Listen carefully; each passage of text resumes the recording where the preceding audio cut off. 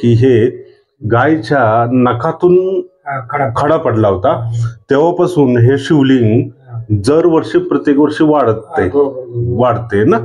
आता आपण चला थेट शिवलिंग पाहू.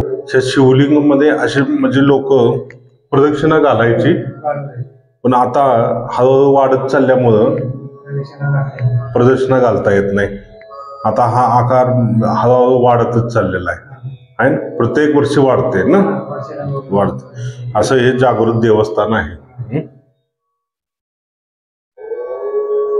स्वागत आहे तुमचं मित्रांनो आजच्या एका नवीन ब्लॉग मध्ये. आज आपण गुरसाळे या ठिकाणी जाणार आहोत, जे की कराड वडूज रोडवरती आहे. वडूज पासून जवळच हे अंतर आहे आणि या ठिकाणी ऐतिहासिक अशी शिवमंदिरं आहेत, ते आपण पाहणार आहोत. तर चला चलूया आणि ह्या ऐतिहासिक मंदिरांना भेट देऊ, तिथले दर्शन घेऊ आणि तिथली माहिती जाणून घेऊया. चला.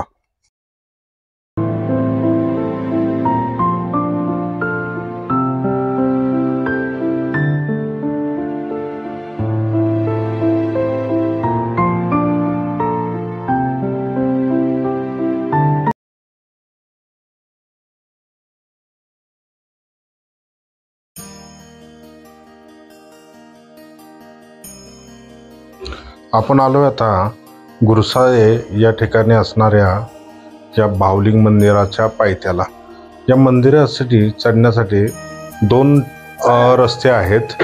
एक तर पलीकडच्या साईडनं गाड्या वगैरे जाऊ शकतात, जे की जवळ मंदिराच्या जवळ पोहोचवतात, आणि इकडून आपल्याला ह्या पायऱ्यांनी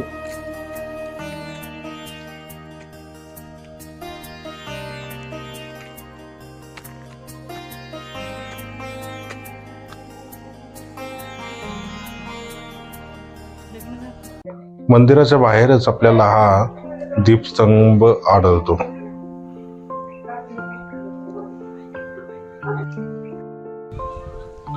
भव्य अशी भोलेनाथची मूर्ती आपल्याला मंदिराच्या वरती दिसत आहे.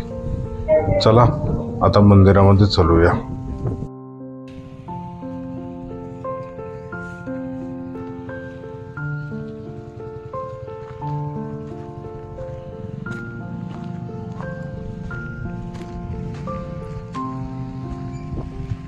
आपण आलोय गुरसाळे गावाच्या जवळ असणाऱ्या बाहुलिंग मंदिरामध्ये. या मंदिराच्या आता सभा मंडपामध्ये आपण आलेलो आहोत. सभा मंडपामध्येच आपल्याला या ठिकाणी 4 नंदी स्थापित दिसत आहेत. 4 नंदी. आणि एक मिनिट या. आणि इथले हे पुजारी आहेत, ठीक आहे, गजानन स्वामी. नमस्कार. आता आम्ही आलोय या ठिकाणी, आणि या ठिकाणी प्रत्येक म्हणजे मंदिरापुढं एक नंदी असतो, पण या ठिकाणी 4 नंदी दिसतात. याचं कारण काय असं वेगळं? काय नाही, पूर्वीपासून 3 नंदी होते. अच्छा. आणि नवीन मूर्ती आणलेली, त्याच्याबरोबर नवीन नंदी आणलं. ओके. मग याच्या ठिकाणी आपल्याला हे शंकरा मधला शिवलिंग दिसत आहे, आणि या ठिकाणी ही पार्वतीची सुद्धा मूर्ती आहे. सभामंडप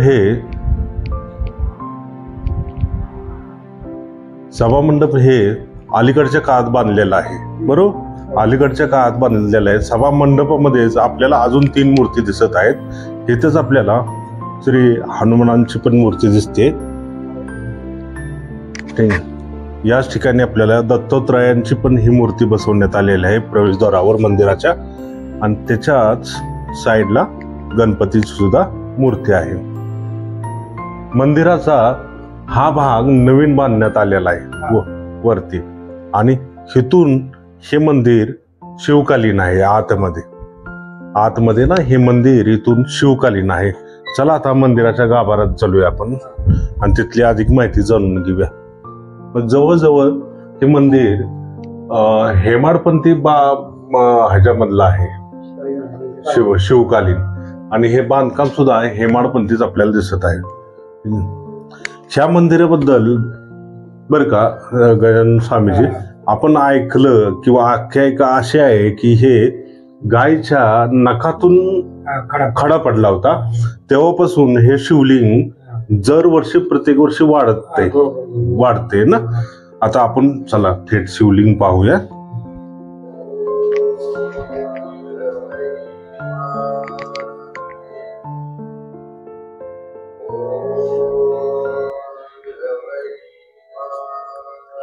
हे शिवलिंग आता आपण बघतोय.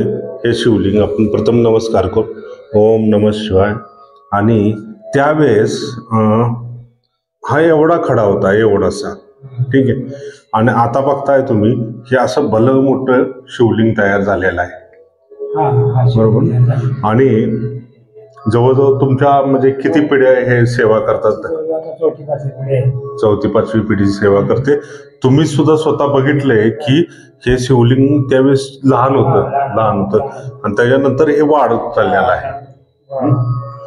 म्हणजे एक जागृत देवस्थान आहे. पहिलं त्या शिवलिंग मध्ये असे म्हणजे लोक प्रदक्षिणा घालायची, पण आता हळूहळू वाढत चालल्यामुळं प्रदक्षिणा घालता येत नाही.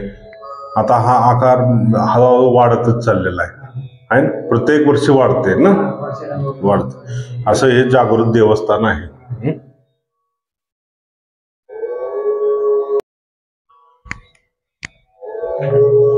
आता हे आपण चारी बाजून बघू शकतो हे शिवलिंग.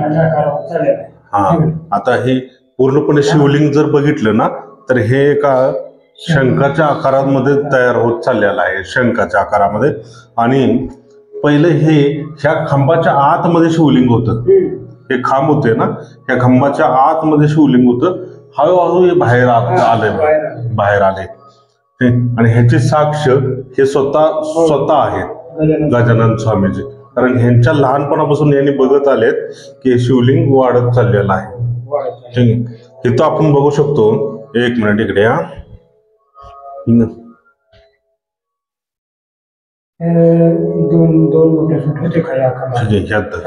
इथं सुद्धा ना या ठिकाणी थोडी अशी सूट होते. फ्लॅशला वाटलं तर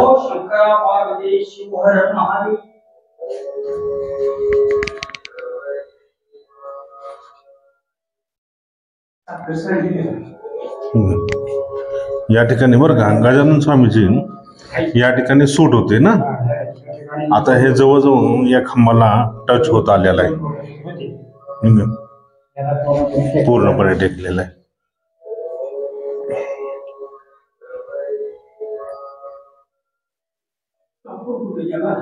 इथून बाहेर येतं असं गोमुख असेल ना, पाणी चालेल. चला आपण छान प्रकारे माहिती घेतलेली आहे. आपण आलोय आता माहुली मंदिराजवळ आणि त्या मंदिराची आपण अधिक माहिती घेऊया.